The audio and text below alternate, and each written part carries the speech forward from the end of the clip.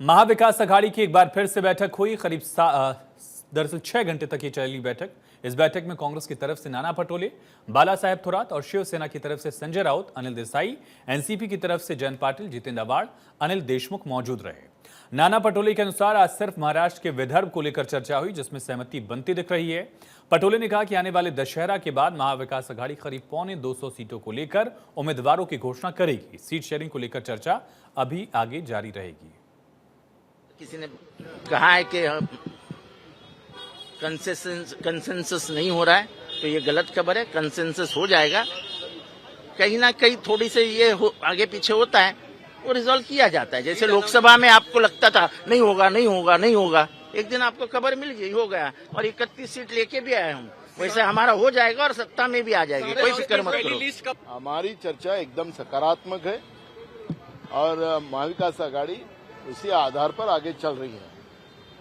लेकिन उसके उलट आपने देखा तो महायुति में अमित शाह जी को आना पड़ता है, किसी को ईडी के डर दिखाना पड़ता है। वैसा हमारे महाविकास अघाड़ी में कहीं भी नहीं है और सुचारू रूप से महाविकास अघाड़ी का सीट शेयरिंग का काम शुरू है। पहली लिस्ट कब तक? मुंबई में एक बार फिर महाविकास अघाड़ी की मैराथन बैठक हुई है।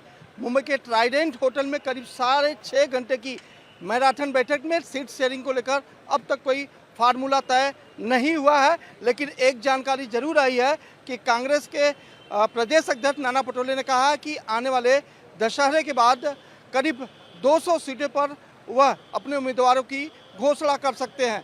तो जाहिर तौर पर यह साफ जाहिर होता है कि सीट शेयरिंग को लेकर अभी तक महाविकास अघाड़ी में कोई फैसला नहीं हुआ है। कि जैसे कि बार बार महाविकास अघाड़ी के नेता यह कह रहे हैं कि हमारी चर्चा चल रही है, चूँकि महाराष्ट्र के 288 सीटों का सवाल है। अगर हर सीटों पर 2-2 मिनट देते हैं तो ज़्यादा वक्त हो जाता है। तो जाहिर तौर पर हमारी सहमति बन रही है, लेकिन इस बीच लड़ाई कोई नहीं है।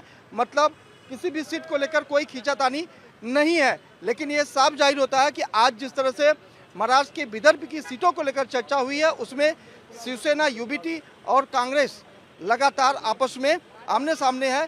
शिवसेना भी चाहती है कि उन्हें ज़्यादा से ज़्यादा सीटें वहाँ मिले, वहीं दूसरी तरफ कांग्रेस भी चाहती है कि बड़ी पार्टी के तौर पर वह है तो उन्हें ज़्यादा सीटें मिले।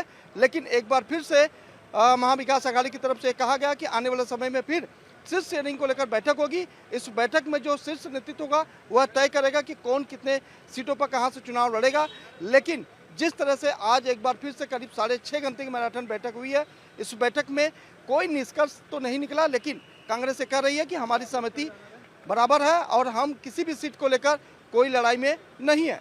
कैमरा पर्सन रमेश के साथ सोनी, भारत 24, मुंबई।